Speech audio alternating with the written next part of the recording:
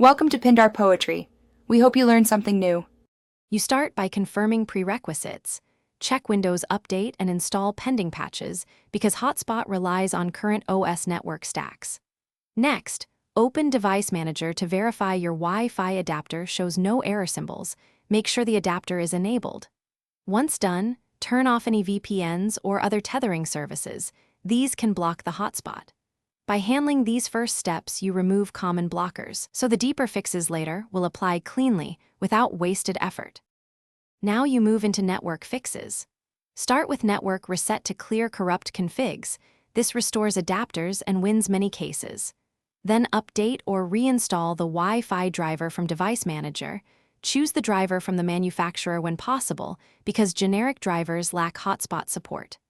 Once the driver is good, open mobile hotspot settings and confirm network name, password, and the 4 GHz versus 5 GHz band. Some devices only accept one band. Make sure power settings allow the adapter to stay active. Finish by restarting key services, open services. MSC and restart WLAN auto-config and internet connection sharing to rebind sharing components. Then test the hotspot with a second device. This isolates client versus host problems.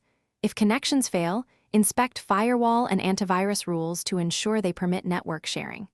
Finally, run the built-in network troubleshooter and collect event viewer logs if needed.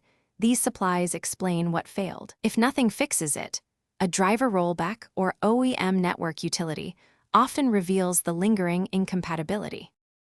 Thanks for watching. Consider subscribing if we helped you.